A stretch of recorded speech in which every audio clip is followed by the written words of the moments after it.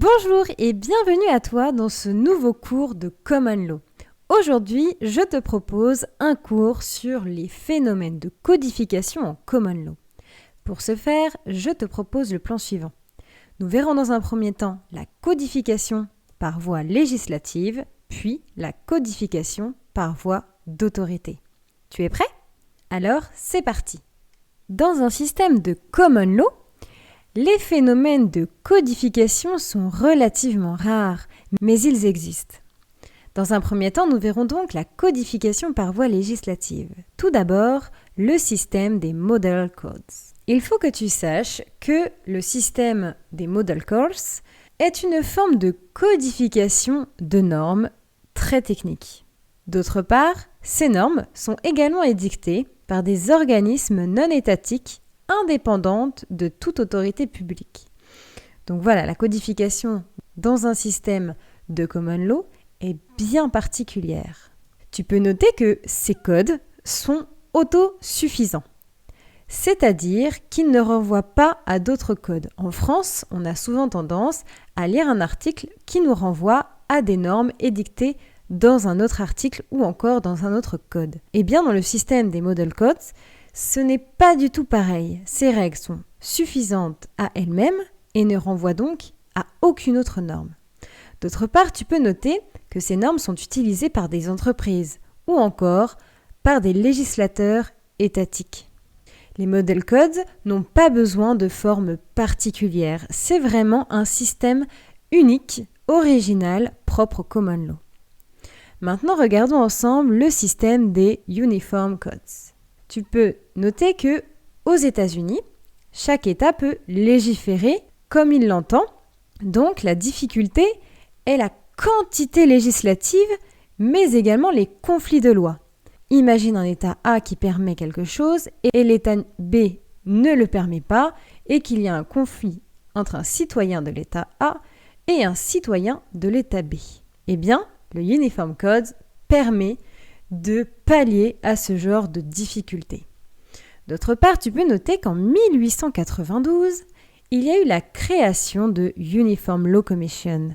C'est une association qui est en charge de légiférer des textes qui pourront convenir au plus grand nombre. En effet, cela permet donc aux États de transposer, s'ils le souhaitent, ces textes légiférés par cette association pour harmoniser la législation du plus grand nombre d'États. Attention, c'est bien une possibilité donnée aux États.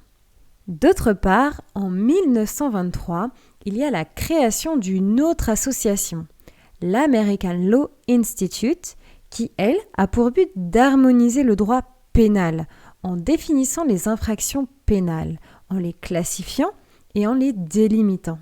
Attention toutefois, comme je te le précisais tout à l'heure, les Uniform Codes n'ont aucune valeur juridiquement contraignante. Ainsi, elles permettent simplement de venir harmoniser et de proposer une harmonisation des lois entre les États pour pallier au conflit de lois.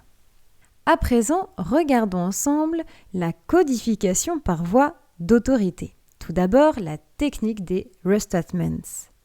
Les restatements sont des documents produits par l'American Law Institute qui a donc été créé en 1923, comme je te le disais tout à l'heure.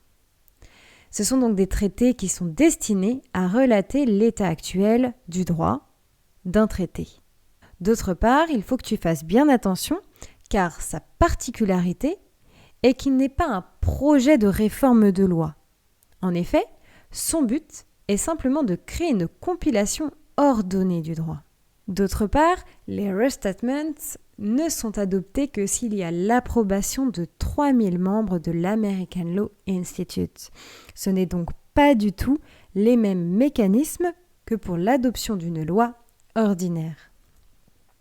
Tu peux noter également que les restatements n'ont aucun pouvoir normatif. En effet, ils peuvent simplement être une source de droit supplémentaire pour les juges.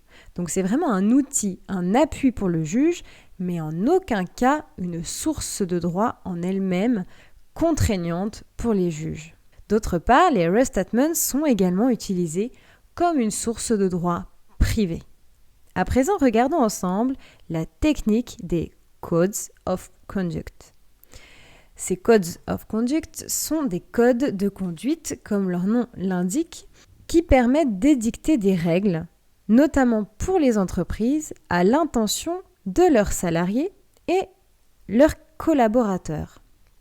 En effet, ces règles vont venir produire des effets obligatoires, même si elles n'ont pas de valeur contractuelle. Elles permettent notamment de donner des dommages et intérêts à l'employeur en cas de non-respect de ce code par un salarié. C'est une forme de protection. D'autre part, tu peux te dire que ces Codes of Conduct ont également une finalité éthique. Ces codes sont souvent utilisés donc aux États-Unis, mais également on les retrouve dans d'autres pays de Common Law. Voilà, j'espère que ce cours en Common Law a bien su t'aider et t'a permis de découvrir encore plus de notions juridiques sur le système particulier de Common Law. En tout cas, n'hésite pas à t'abonner et à partager la vidéo. À bientôt!